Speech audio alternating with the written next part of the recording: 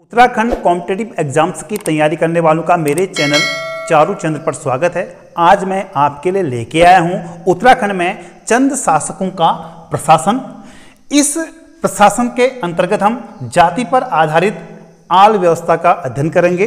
हालांकि चंद प्रशासन में जो राजा था वो सर्वेसर्वा था, उसमें कार्यपालिका, न्यायपालिका और विधायिका तीनों शक्तियाँ विद्यमान थी और उसके सहयोग के लिए प्रशासन में दीवान, युवराज, पुरोहित, दरोगा और राजचली भी महत्वपूर्ण भूमिका थी। हम यहाँ पर जो अध्ययन करने वाले हैं वो है आल व्यवस्था की और ये जाति पर आधारित थी। इसमें बहुत सारे फैक्ट हैं। तो 4 बूढ़ा थी, उसमें 4 चौथानी होते थे और उसमें 5 थोक होते थे और 6 घरिया होते थे। तो एग्ज़ाम में थोड़ा ये कन्फ्यूज़न की स्थिति पैदा कर सकता है आपके लिए। तो मैंने इसके लिए एक ट्रिक बनाई है ताकि आपको इनकी जो आल व्यवस्था है जिसमें 4 तत्व थे ये आसानी से आपको याद हो जाए। तो सबसे पहले हम आल व्यवस्था में लेते हैं 4 बूढ़ा को। किसको लेते हैं? 4 बूढ़ा को लेते हैं। तो 4 बूढ़ा में नंबर 1 चौधरी, नंबर 2 बोरा, नंबर 3 तड़ागी, नंबर 4 कार्की। तो ये 4 जो क्षत्रिय जाति थी, तो इनको यदि हम याद करना चाहेंगे तो एक बार तो हमें याद हो जाएगा, लेकिन इसको लंबे समय तक याद रखना है तो हमें ट्रिक के द्वारा इसको याद रखना होगा। तो इसके लिए एक ट्रिक है, इसकी ट्रिक है 4 बतख। इसकी ट्रिक है 4 बतख। ये बतख है, हाँ, खौनी है, ये बतख है। तो इसमें जो 4 बतख हैं, इस ट्रिक को खोलते हैं। इसमें 4 से हो जाएगा चौधरी। 4 से क्या हो जाएगा? चौधरी हो जाएगा।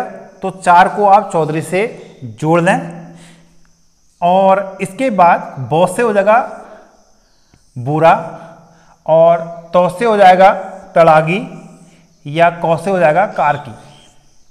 ठीक हो गया। तो 4 बतख यदि आप इसको याद कर लें तो आपको ये याद हो जाएगा। ठीक है।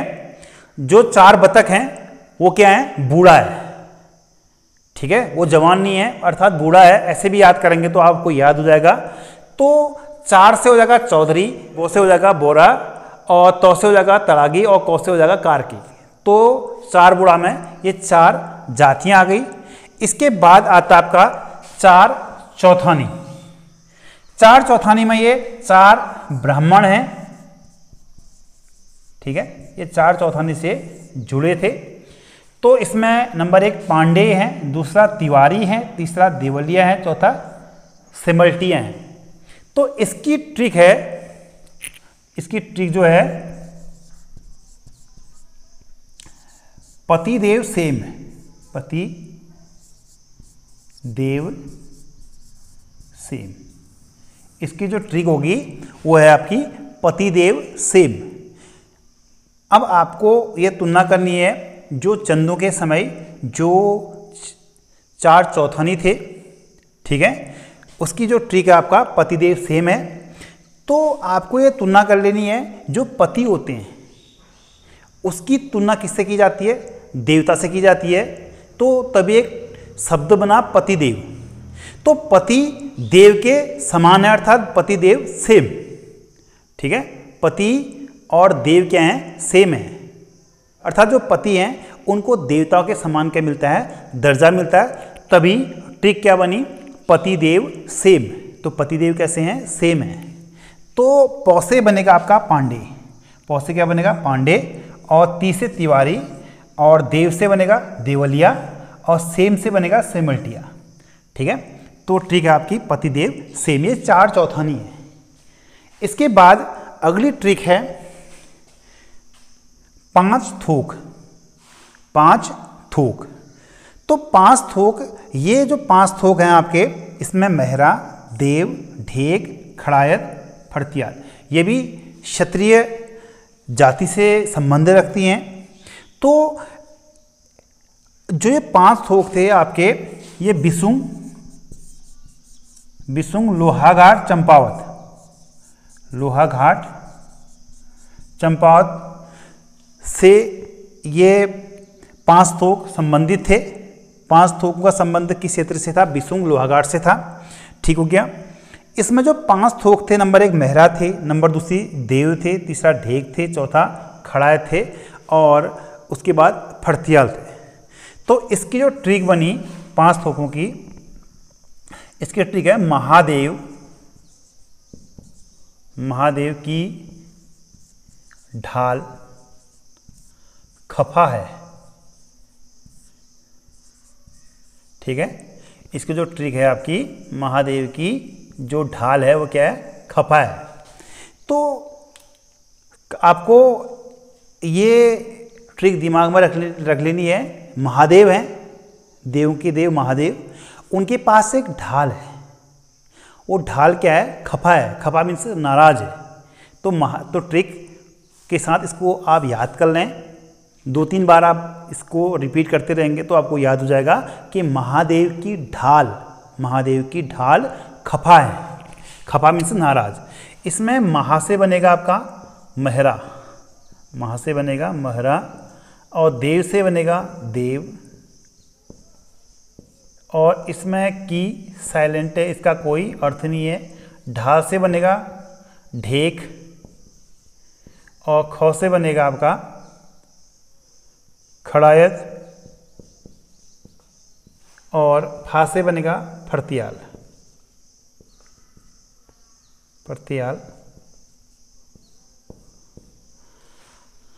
ठीक हो गया। तो इसकी जो ट्रिक है आपकी, महादेव की ढाल खपा है, महा से महरा हो गया, देव से देव हो गया, और किस में साइलेंट है, ढाल से हो गया ढेक। तो आप जो ढाल शब्द है उसको ढेक से जोड़ लें, जो ढेक कास्ट है, और उसके अलावा ख से खड़ायत हो गया, और फा से फड़तियाल हो गया। जो ये खड़ायत है इसके लिए एक अन्य शब्द मिलता है, उसके लिए मिलता है करायत। इसको कहीं कहीं पर करायत भी कहते हैं, कहीं पर खड़ायत कहते हैं, कहीं करायत भी कहते हैं। करायत या खड़ायत एक ही चीज़ है। ठीक हो गया। तो ये आपके जो 5 थोक थे उनकी ट्रिक है, जो बिसुंग लोहाघाट से संबंधित थे। इसके बाद हम बात करते हैं 6 घरिया। 6 घरिया में भी 6 ये ब्राह्मण थे, 6 ब्राह्मणों की ये जाति थी। ब्राह्मणों की क्या थी? ये जाति थी। तो 6 घरिया की जो ट्रिक है, पहले ट्रिक से पहले इसमें बात कर लेते हैं। इसमें पंत हैं, पाठक हैं, जोशी हैं, भट्ट हैं, तिवारी हैं, झा है। तो इसकी 6 घरिया की ट्रिक है। 6 घरिया की ट्रिक है इसकी ट्रिक है पापा जी भतीजा।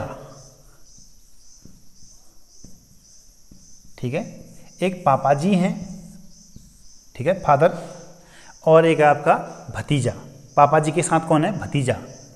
ठीक है, जो 6 घरिया में कौन कौन थे? पापा जी भी हैं और भतीजा भी है। तो लेकिन इसमें ये जा ना हो के क्या है? झा है, झा, भतीजा। ये झा है, जा नहीं है। तो आपको इसको याद कर लेना, झा है। ठीक है, अब इस ट्रिक को हम खोल लेते हैं। पापा जी भतीजा को पास से हो जाएगा आपका पंत, और पास दूसरे पास से हो जाएगा पाठक। ठीक है, हालांकि इसमें पास से पांडे भी आता है, लेकिन आपको ये पांडे यहाँ पर नहीं करने हैं। ठीक हो गया, क्योंकि पांडे क्या हैं? पांडे चौथानी में आ चुके हैं।